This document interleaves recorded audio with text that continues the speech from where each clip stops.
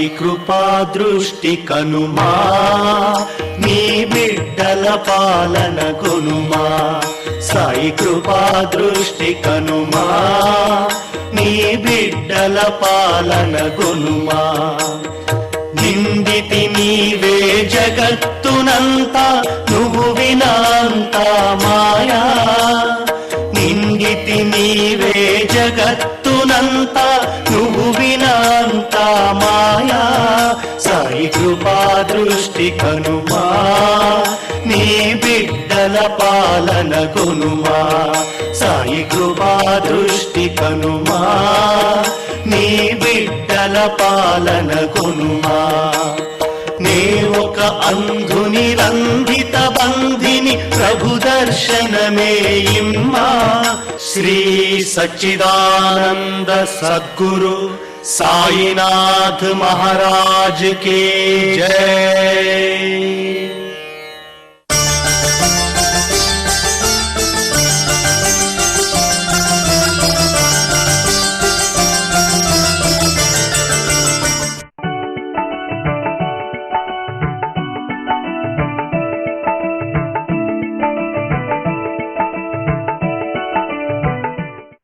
పరబ్రహ్మ స్వరూపమైన సాయిబాబా భక్తులకందరికీ నమస్కారం.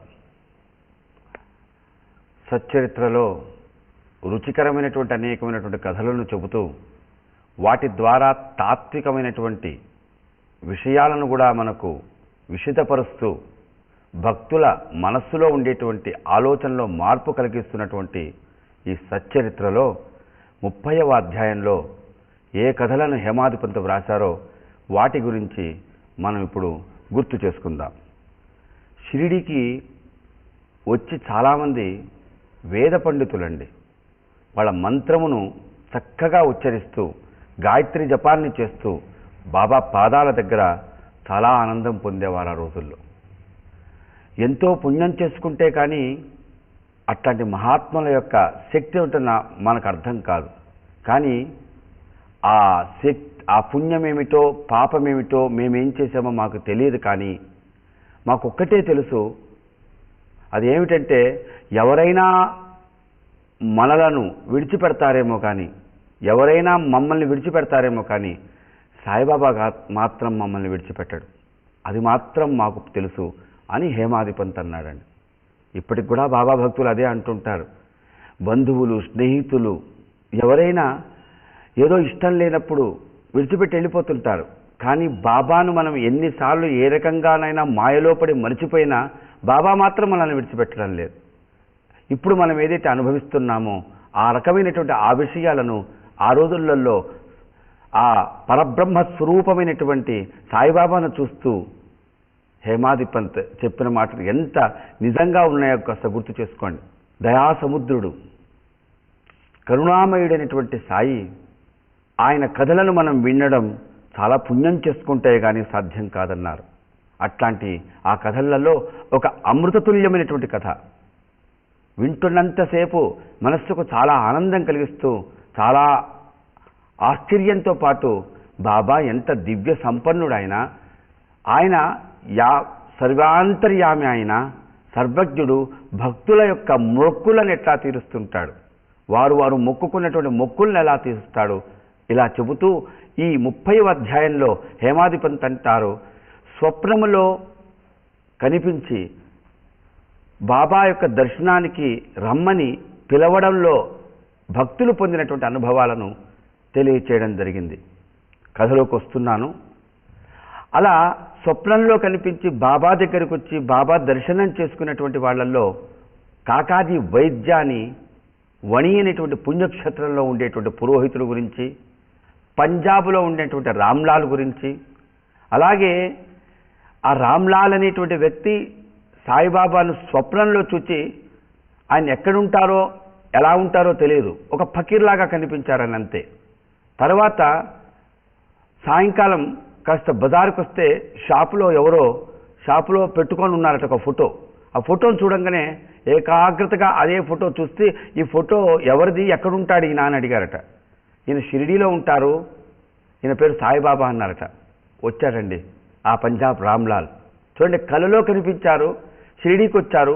ఆ పంజాబ్ లాల్ రామ్ లాల్ అనేటువంటి ఆ వ్యక్తి షిరిడీలోనే చివరి నిమిషముల వరకు అంత్యం వరకు కూడా షిరిడీలోనే ఉన్నారట. కొంతమంది అంటుంటారు రాత్రిపూట తెల్లవారుజామున కల వస్తే అది నిజమవుతుందని.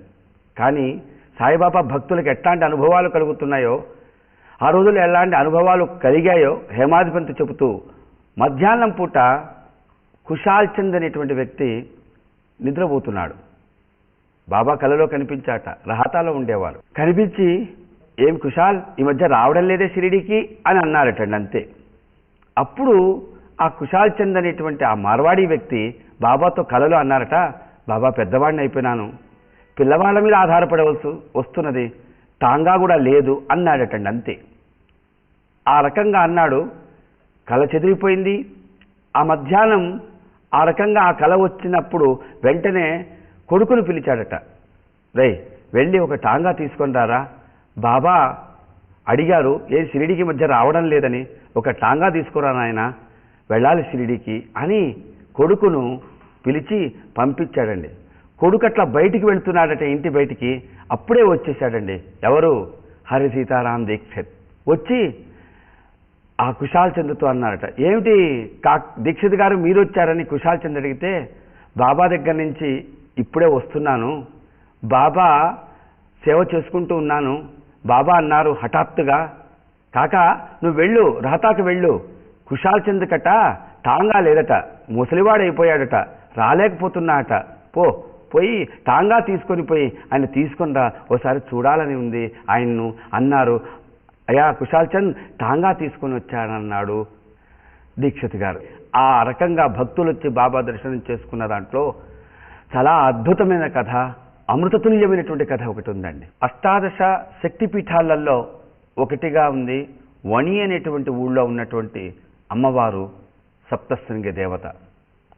ఆ క్షేత్రంలో పురోహితుడిగా ఉన్నారు వైద్య అనేటువంటి ఓ బ్రాహ్మణుడు. చాలా మంచివాడు, మంచి గుణములు కలిగిన వాడు, అమ్మవారినే సేవించుకుని ఉన్నాడట. ఆ వ్యక్తికి కొన్ని సమస్యలు ఏర్పడ్డాయి. కుటుంబ పరంగా కొన్ని ఈతి బాధలు ఏర్పడ్డాయి. బంధువులందరూ చాలా చికాకు పరుస్తున్నారు. కానీ అమ్మవారినే పరిపూర్ణంగా నమ్ముకొని ఆమె సేవలోనే ఆయన చక్కగా సాత్వికమైనటువంటి గుణం కలిగి జీవిస్తూ ఉన్నాడట. కానీ ఆ బాధలు, ఆ సమస్యలు తట్టుకోలేకపోయాడు. అయినా అమ్మవారిని అలాగే నమ్ముకుంటూ ఉన్నటువంటి అతనికి ఒకసారి అమ్మవారు కలలో కనిపించి చెప్పింది, ఆ సప్తశృంగి దేవత, నీవు నీ సమస్యలు తీరిపోవడానికి నువ్వు బాబా దర్శనం చేసుకో, నీకు సమస్యలు తీరుతాయి అని అమ్మవారు చెప్పింది కలలో. బాబా అంటే ఎవరమ్మా అని కలలో అడిగారు. కానీ సరిగ్గా సమాధానం ఈయన వినలేదు. తెల్లవారింది. ఈయన అనుకున్నారు, అమ్మవారు బాబా దర్శనం చేసుకో అని అన్నారు కదా, బాబా అంటే శివుడేమో, శివుడే అయి ఉంటాడు అనుకొని త్రయంబకేశ్వర్ వెళ్ళాడు. 21 రోజులు ఉన్నాడు. చక్కగా రుద్రాభిషేకాలు, నమ్మక చమ్మక రుద్రాలతో అభిషేకాలు చేసి 21 రోజులు శ్రద్ధగా పూజలు, అభిషేకాలన్నీ చేశాడు. మళ్ళీ వచ్చాడు వణి అనేటువంటి ఊరికి. కాలం గడుస్తున్నది. కానీ సమస్యలు ఏం తీరలే, ఇంకా ఎక్కువైనాయట. అయినా ఈ వైద్య అనేటువంటి వ్యక్తికి అమ్మవారి మీద భక్తి మాత్రం సడలిపోలేదండి. పూర్తిగా అమ్మవారిని నమ్ముకున్నారు. అట్లాంటి ఆయనకి అమ్మవారు కనిపించింది మళ్ళీ కలలో. అనవసరంగా త్రయంబకేశ్వర్ ఎందుకు వెళ్ళావు, షిరిడీకి వెళ్ళి బాబా దర్శనం చేసుకో అని అమ్మవారు చెప్పింది. అలా కలలో అమ్మవారు చెప్పినటువంటి ఆ మాటలు విని తెల్లవారంగానే షిరిడీకి వెళ్ళమన్నది అమ్మవారు. ఎక్కడుందా షిరిడి, ఏ ఊరికి దగ్గరలో ఉంది, ఎలా వెళ్ళాలి, అమ్మవారు చెప్పింది వెళ్ళాలి. నమ్మకం ఉండే వాళ్ళకి పరిపూర్ణమైనటువంటి ఉత్సాహం కూడా ఉండాలి. అలాంటి ఉత్సాహం ఉంది వైద్యకి. ఏం చేశాడు, తెల్లవారబోతున్నది, తలుపు తెరిచాడండి. ఎదురుగ్గా ఉన్నాడండి. ఈయన తలుపు తెరిచాడు, ఎదురుగ్గా నిలబడ్డాడు. ఆయన ఏమన్నాడు, స్వామి నేను షిరిడి నుంచి వచ్చానండి అన్నాడండి. అంతే. షిరిడి ఎక్కడుందని అడగడానికి బయటికి వెళ్ళి షాపు వాళ్ళని ఎవరినన్నా అడుగుదామని తలుపు తీయబోతున్నాడు. తలుపు తట్టకుండానే తలుపు తెరుచుకున్నది. ఎదురుగ్గా నిలబడ్డాడు. ఆయన చూసి ఎవరా మీరు, ఇక్కడికి వచ్చారని అడగబోతున్నాడు. ఆ ఎదురుగ్గా నిలబడ్డ వ్యక్తి స్వామి నేను షిరిడి నుంచి వచ్చాను అన్నాడు. ఒళ్ళు జలధరించిపోయిందండి. అంత ఆశ్చర్యంగా చూస్తూ ఆ వైద్య అనేటువంటి వ్యక్తి అడిగాడు. అడగబోతుండగానే చెప్పాడు, స్వామి నా పేరు మాధవరావు దేశపాండే, నేను షిరిడి నుంచి వచ్చానని చెప్తున్నారు. వెంటనే ఈ వైద్య అడిగాడట, మీకు బాబా తెలుసా అని. అప్పుడు మాధవరావు దేశపాండే అన్నారట, బాబాయే నా భగవంతుడయ్యా, ఆయన పంపిస్తేనే నేను ఇక్కడికి వచ్చాను, ఆయనే నా గురువు అన్నారట ఆ మాధవరావు దేశపాండే. ఎంత ఆనందం పడ్డాడో ఎవరు ఆ వైద్య. వెంటనే ఆ మాధవరావు దేశపాండేని కౌగలించుకున్నాడట. ఏమిటయ్యా స్వామి ఈ ఆనందం ఏమిటి? నేను ఈ ఊరికి వచ్చాను, మా అమ్మ మొక్కు తీర్చుకోవడం, నేను అందుకోసం వచ్చాను. బాబా ఆజ్ఞాపిస్తే వెళ్ళు వణి అనేటువంటి ఊరుకు అని చెబితే అమ్మవారికి మా అమ్మ మొక్కు తీర్చుకోవడం కోసం నేను ఇక్కడికి వచ్చాను. ఇంత ఆనందంలో నన్ను మీరు కౌగలించుకొని ఏమిటి స్వామి అని అంటే, అప్పుడు ఆ పురోహితుడు చెప్పాడట, రాత్రి అమ్మవారు నాకు కలలో కనిపించి షిరిడీకి వెళ్ళు బాబా దర్శనం చేసుకో అని చెప్పిందయ్యా అన్నారట. అప్పుడు ఆ పురోహితుడు చెప్పినటువంటి మాటలు వింటూ ఆ పురోహితుడే అన్నాడట, ఎంత దయామయుడయ్యా మీ బాబా, ఎంత కరుణ కలిగిన వాడయ్యా మీ బాబా అనంటే, నేనెక్కడ దారి తప్పిపోతాను, నేనెంత కష్టపడతాను అని అమ్మవారికి ఉండే ఆ దయాగుణం, ఆ కరుణ, ఆ రకంగా కరుణతో ఎప్పుడు అందరినీ రక్షించేటువంటి ఆ తల్లికి ఉండేటువంటి ఆ గుణం కలిగినటువంటి ఆ బాబా, అందుకోసమేనేమో ఎక్కడ దారి తప్పిపోతానని ఆయన మిమ్మల్ని నా కోసం పంపించారా, నేను ఎక్కడ కష్టపడిపోతాను అని మిమ్మల్ని నా దగ్గరికి పంపించారా అన్నారట వైద్య. అప్పుడు చెప్పాడట, మీరు అనుకుంటున్నారు బాబా నన్ను మీ దగ్గరికి పంపించారని, కానీ బాబా ఏం చేస్తాడో తెలుసా అండి, నన్ను ఇక్కడికి పంపించింది మా అమ్మ మొక్కు తీర్చుకోవడం కోసం. నేను బాబా దగ్గరికి వెళ్ళి అయ్యా ఇది కథ అని ఆయన తన అనుభవం చెప్పారు. ఎప్పుడో ఎన్నో ఏండ్ల క్రితం మా అమ్మ చనిపోయింది. ఆ చనిపోయేటప్పుడు చాలా బాధపడింది. సరే, విషయం ఏమిటంటే మా అమ్మ చిన్నప్పటి నుంచి నేను అనారోగ్యంలో ఉన్నప్పటి నుంచి కూడా ఇక్కడికి తీసుకొని వచ్చి ఈ వణి అనేటువంటి ఊరికి తీసుకొని వచ్చి మొక్కు తీర్చుకుందామని అనుకున్నది, అది వీలు కాలే. చివరికి ఆమె చనిపోయే ముందు మాకు చెప్పింది, ఒరే అమ్మవారికి వెండి కుచాలను సమర్పించండి అని చెప్పింది. చనిపోయింది. ఇప్పుడు 30 ఏళ్ల క్రితం. నేను మర్చిపోయినాను స్వామి. అలా మర్చిపోయిన నాకు ఈ మధ్యనే కొద్ది రోజుల క్రితం మా షిరిడీకి ఒక జ్యోతిష్కుడు వచ్చాడు. ఆ జ్యోతిష్కుడిని మా తమ్ముడు అడిగాడు, కొన్ని సమస్యలు ఉన్నాయి, ఏమిటో పరిష్కారం తోచడం లేదని. మీరు అమ్మవారికి ఏదో ఒక మొక్కు తీర్చుకోవాల్సింది, అది తీర్చుకోలేదు, అందుకనే కష్టాలు పడుతున్నారని చెప్పారు. ఆ విషయం ఆ తమ్ముడు నాకు చెప్పాడు. అప్పుడు నాకు గుర్తుకొచ్చింది, వెళ్ళిపోతూ అమ్మ చెప్పింది కదా, ఆ వెండి కుచాలను అమ్మవారికి సమర్పిస్తే చాలు ఆ సమస్య తీరిపోతుంది కదా అని కంసాలను పిలిపించి వెండి కుచాలను తయారు చేయించి ఆ వెండి కుచాలను మా గురువైనటువంటి సాయిబాబా దగ్గరికి తీసుకుని వచ్చి, స్వామి మీరే అమ్మవారు, మీరే మమ్మల్ని రక్షించాలి, మా సమస్యలను తొలగించాలి అని నేను సాయిబాబా దగ్గరికి వచ్చి ఆయన సన్నిధిలో ప్రార్థన చేస్తూ ఆ వెండి కుచాల ఆయనకి ఇస్తే ఆయన అన్నారు, శ్యామా, నన్ను బాబా శ్యామా అని పిలుస్తారయ్యా, శ్యామా నీవే వెళ్ళి మీ అమ్మ ఆ అమ్మవారికి ఇవ్వాల్సినటువంటి ఆ మొక్కేదతో తీర్చుకోవాల్సింది నీవే వెళ్ళి భక్తితో అమ్మవారికి సమర్పించిరాపో అని నాకు ఆజ్ఞాపించారయ్యా. ఆ ఆజ్ఞ మేరకు నేను ఇక్కడికి వచ్చాను అన్నారట. ఎంత గొప్ప అద్భుతమైన కదండి. ఇక్కడేమో అమ్మవారు చెప్పింది బాబా దర్శనం చేసుకో అని, అక్కడేమో సాయిబాబా చెప్పారు నువ్వు అమ్మవారి దర్శనం చేసుకో, మొక్కు తీర్చుకొని. చూడండి, ఇటు బాబా అటు అమ్మవారు, ఈ రకంగా బాబా అమ్మవారి దగ్గరికి వెళ్ళమని చెప్పడం, అమ్మవారేమో బాబా దగ్గరికి పంపించడం, ఇవన్నీ ఎట్లాంటివి అని ఆలోచన చేస్తే ఇదేమిటి, అమ్మవారేమిటి బాబా దగ్గరికి పంపించడం ఏమిటి అనుకుంటారు కొంతమంది. కానీ ఇక్కడ మనం గుర్తు చేసుకోవాల్సింది, అమ్మవారి యొక్క లలితా సహస్రనామంలో స్పష్టంగా మనం వింటూ ఉంటాం, యోగి కమలవాసిని. అమ్మవారు ఎవరు, ఎక్కడుంటుంది ఆమె? యోగుల హృదయంలో ఉంటుంది. యోగులలో చాలా గొప్ప అలంకారప్రాయంలో చాలా అగ్రగణ్యుడు యోగీశ్వరుడు సాయిబాబా. అట్లాంటి యోగుల హృదయంలో ఉంటుందంటారు అమ్మవారు. మరి యోగీశ్వరులలో సాయిబాబాలో ఉన్నదెవరు? అమ్మవారే. అందుకోసమే కాక ఏ తల్లి అయినా సరే ఏం చేస్తుంది? పిల్లవాడిని ఎవరి దగ్గరికైనా వెళ్ళి కాస్త చదువుకోరా నాయన అని పంపిస్తుంది. మరి అమ్మవారు ఎవరి దగ్గరికి పంపిస్తుంది? చదువు కోసం, పొట్ట కూటి కోసం, దానికోసం దీనికోసం కాదు. ఆధ్యాత్మికమైన ఆలోచనలతో జీవితాన్ని గడపలే, చాలా కష్టాలతో సమస్యలతో ఉన్నప్పుడు ఒక గురువును ఆశ్రయించురా బాబు, ఒక యోగీశ్వరుని ఆశ్రయించు, నువ్వు ఆ గురువు దగ్గరికి వెళ్ళు, ఆయన దర్శనం చేసుకో అని పరాశక్తి రూపంగా ఉండేటువంటి అమ్మవారే చెబుతుంది. అది అనేక సందర్భాలలో దైవీ భాగవతంలో, పురాణాలలో మనం వింటున్నాం. కాబట్టి ఆ అమ్మవారు ఏం చెబుతున్నది? యోగీశ్వరుడైనటువంటి గురువైనటువంటి సాయిబాబా దగ్గర, గురువుగా పూజింపబడిన సాయిబాబా దగ్గరికి పంపించడంలో ఎక్కడా మనం ఎలా సందేహపడవలసిన అవసరం లేదు. అలాగే ఆ వైద్య అనేటువంటి వ్యక్తి, ఆ మాధవరావు దేశపాండే చెప్పినట్టుగా ఆ వెండి కుచాలను తీసుకొని అమ్మవారికి చక్కగా సమర్పించి ఆ పూజా పునస్కారాలన్నీ ముగించుకొని శ్యామాతో పాటు వచ్చాడండి. వైద్య అనేటువంటి వ్యక్తి షిరిడీకి వచ్చారు, మసీదులోకి వచ్చారు, బాబా దర్శనం చేసుకున్నారు.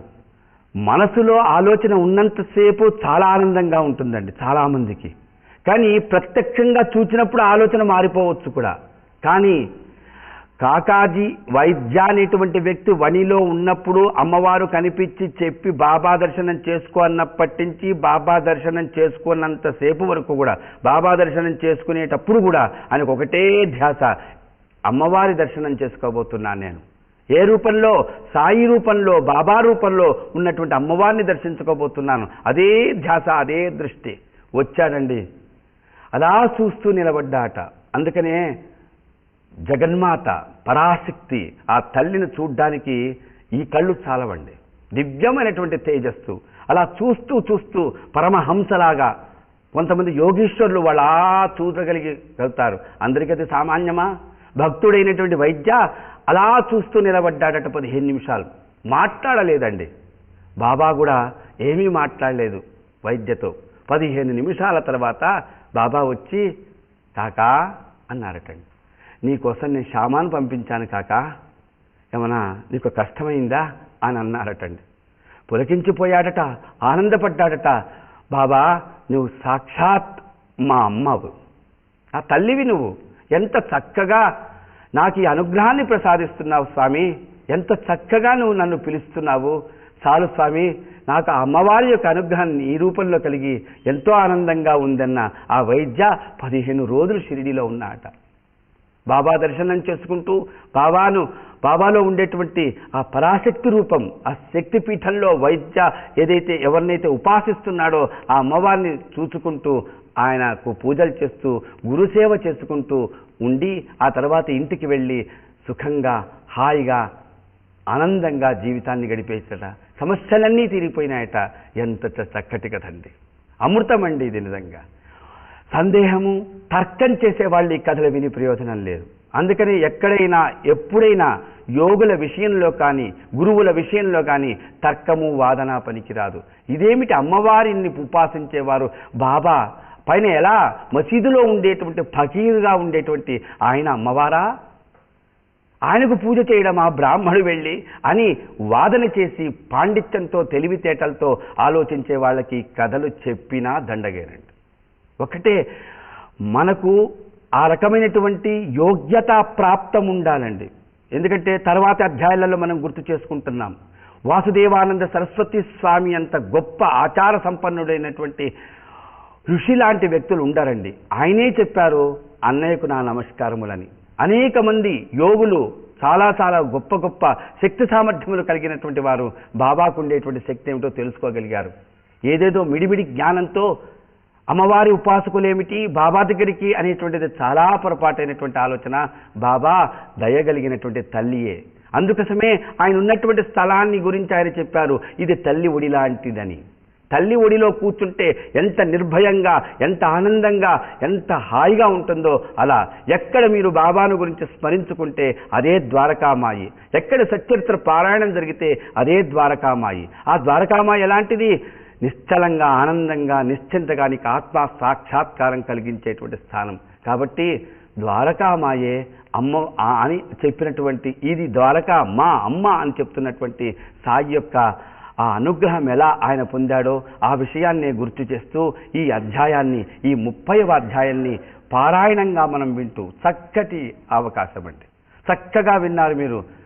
ఎంతో ఆనందంతో ఎంతో తృప్తికరంగా వినే మీకు ఇట్లాంటి ప్రాప్తమైందని గుర్తు చేస్తూ, ద్వారకామాయిలో దయగల సాయి, సాయి మాతవే నీవు సాయి మాతవే, ద్వారకామాయిలో దయగల సాయి.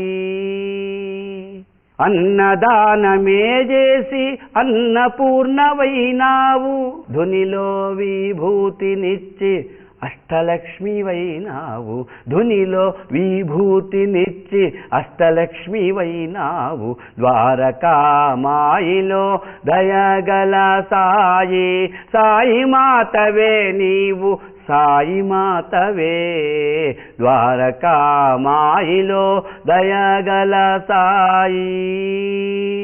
నింబవృక్ష చల్లదనం నీ ఒడియే సాయి, నింబవృక్ష చల్లదనం నీ ఒడియే సాయి, దయగల తల్లి ద్వారకామాయి, దయగల తల్లి ద్వారకామాయి, ద్వారకామాయిలో దయగల సాయి, సాయి మాతవే నీవు సాయి మాతవే, ద్వారకామాయిలో.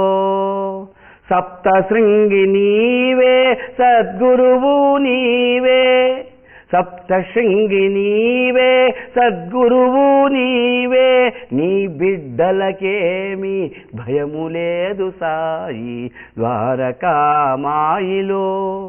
హేమాదీపంతచే నీ కథలను రాయించి సచ్చరిత్రనందించి సరస్వతి వైనావు, సచ్చరిత్రనందించి సరస్వతి వైనావు, ద్వారకామాయిలో దయగల సాయి. నీ కథలను వినిపించు రాజేంద్రుని వాక్కులో భారతి వైభాగ్యాన్ని ప్రసాదించు సాయి, భారతి వైభాగ్యాన్ని ప్రసాదించు సాయి, ద్వారకామాయిలో దయగల సాయి, సాయి మాతవే నీవు సాయి మాతవే, సాయి మాతవే నీవు సాయి మాతవే. శ్రీ సచ్చిదానంద సద్గురు సాయినాథ మహారాజ్ की जय।